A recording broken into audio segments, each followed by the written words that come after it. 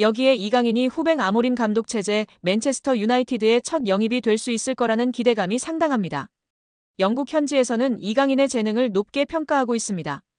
이강인의 맨체스터 유나이티드 이적설을 다룬 영국 현지 매체 기브미 스포츠는 이강인을 두고 뛰어나다면서 공격형 미드필더 포지션과 측면에서 뛸 수 있는 이강인은 여러 역할을 커버할 수 있기 때문에 아모림 감독의 시스템에 완벽할 것이라며 기대를 숨기지 않았습니다. 복수의 현지 매체에 따르면 이강인은 현재 맨체스터 유나이티드를 비롯한 여러 프리미어리그 구단들의 관심을 받고 있습니다. 이탈리아 매체 투토 메르카토는 이강인은 겨울 이적 시장에서 뜨거운 관심을 받을 가능성이 있는 선수 중 하나라며 맨체스터 유나이티드와 뉴캐슬 유나이티드가 이강인을 관찰하기 위해 파리 생제르맹의 경기에 스카우터를 파견했다고 밝혔습니다. 또한 스페인 유력지 렐레보 소속이자 이강인의 이적 사가가 한창이던 지난 2023년 공신력 높은 소식으로 이강인과 관련된 보도를 속속히 냈던 마테오 모레토 기자도 이강인이 다수의 프리미어리그 구단들로부터 관심을 받고 있다고 인정했습니다. 모레토는 PSG는 이강인을 겨울 이적 시장에서 매각할 의사가 전혀 없지만 여러 구단들은 끊임없이 이강인에게 구애의 메시지를 보내고 있다면서 투토 메르카토의 주장과 마찬가지로 뉴캐슬 유나이티드와 맨체스터 유나이티드가 이강인에게 관심을 보이는 중이라고 이야기했습니다. 미켈 아르테타 감독을 선임한 이후 젊은 선수들을 중심으로 팀을 구축해 이 시즌 연속 맨체스터 시티에 이어 프리미어리그 준우승을 차지하는 등 최근 몇 시즌 동안 프리미어리그에서 인상적인 흐름을 보여주고 있는 아스널 역시 이강인 영입 전에 가세했습니다. 글로벌 스포츠 매체 디 애슬레틱의 맥 니콜라스는 아스널의 1월 겨울 이적 시장 플랜에 대한 내용을 다루면서 아스널이 이강인을 주시하고 있다고 설명했습니다. 다만 니콜라스는 이강인이 새로운 도전에 대해 열려있다면서도 PSG는 경기장 안팎에서 이강인을 높게 평가하고 있기 때문에 그를 매각하는 걸 고려하지 않는 중이라는 설명을 덧붙였습니다. 표면적으로만 보면 이번 시즌 리그 테이블 2위 자리에서 리버풀의 뒤를 맹추격하고 있는 아스널로 이적하는 그림이 더 나아 보이지만 현지에서는 강등권과의 승점 차가 단 7점에 불과한 13위 맨체스터 유나이티드로 이적하는 것이 이강인에게 어울릴 거라고 생각하는 듯합니다. 영국 매체 기브미 스포츠는 맨체스터 유나이티드는 1월 이적 시장 기간 동안 PSG의 공격수 이강인을 영입하고 싶어하는 프리미어리그의 두 구단 중 하나라며 알레한드로 가르나초와 마커스 레시퍼드의 인기가 크게 떨어지면서 후배 아모림 감독은 새로운 공격 옵션을 찾고 있으며 이강인이 완벽한 선택이 될 수 있다면서 이강인이 맨체스터 유나이티드에 어울리는 영입이 될 수 있을 거라는 의견을 냈습니다.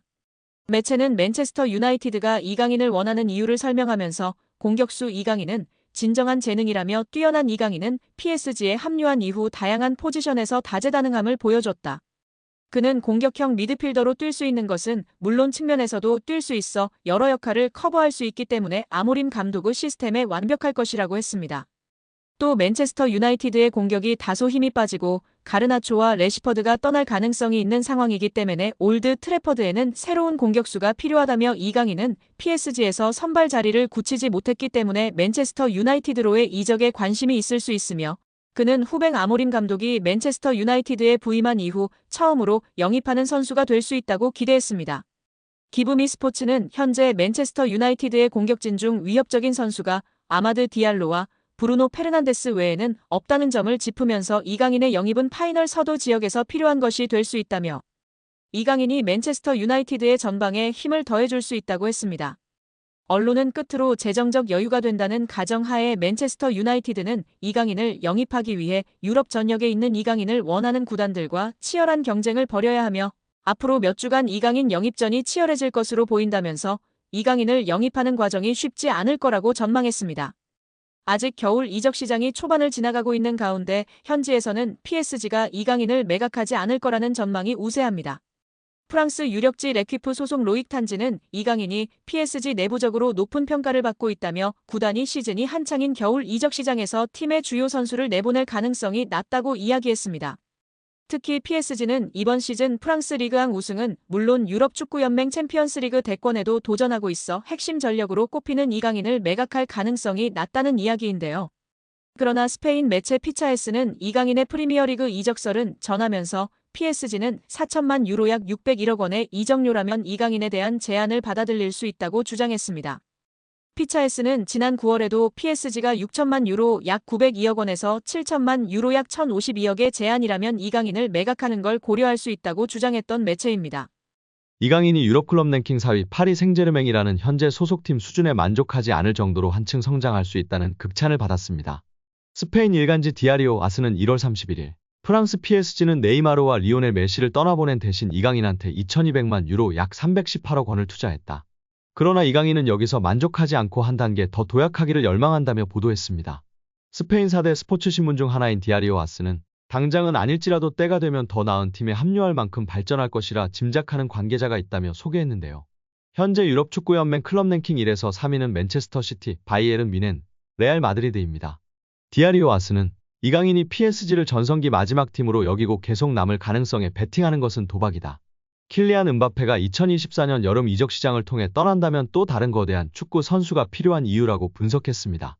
이강인은 2011년 발렌시아 유소년팀 입단을 시작으로 2021에서 2023년 마요르카까지 10에서 22살을 유럽 축구연맹 리그 랭킹 1에서 2위 스페인에서 보냈습니다. 지난 시즌 마요르카에서는 유럽 5대 리그를 통틀어 네 번째로 많은 드리블 성공을 기록했습니다.